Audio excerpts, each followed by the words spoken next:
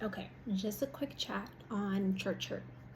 And this is for my sisters and brothers who have maybe when they were younger, maybe when they were older, earlier adulthood, whatever that may be, were hurt by the church. Maybe they were betrayed, they were judged, anything that fits in that category, right? So I feel like there are churches that give misrepresentation to the kingdom of God and misrepresent Jesus. And essentially, what it does is when we as people have those experiences, it puts a bad taste in our mouth for Jesus, for the kingdom of God. And then instead of trying to redirect it and find maybe a different church or a different fellowship group of people, we come completely away, and we essentially fall away from the faith. And so I just wanted a couple words on this. One, it's important to keep in mind that while church, the community and the fellowship that church gives is important, especially for a new believer. I feel like it's nice to have people around you that can pray for you, people that you can see that actually bear the fruits of the Spirit, and you can see their walk with Christ, their relationship, get guidance from them.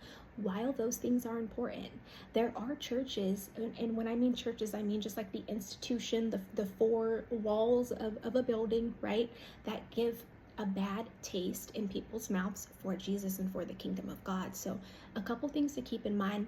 Yes, that's important and it can do wonders for you.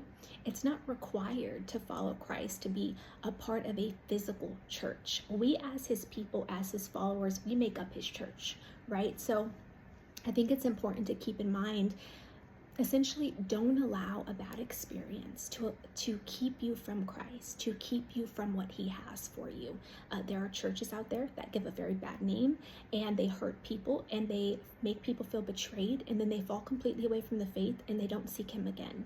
And so what I would say to those groups of people are, you can still be saved. You can still follow him. You can still read his word. You can still worship him without going to a physical church. Now, once you get back on that journey and he heals you, pray and ask him to show you a church. I myself am a digital disciple for 2819 Church. It's in Georgia, and I live in California, so just a digital disciple.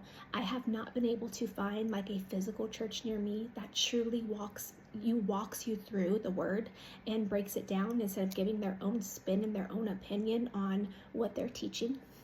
But that doesn't mean there aren't good churches out there.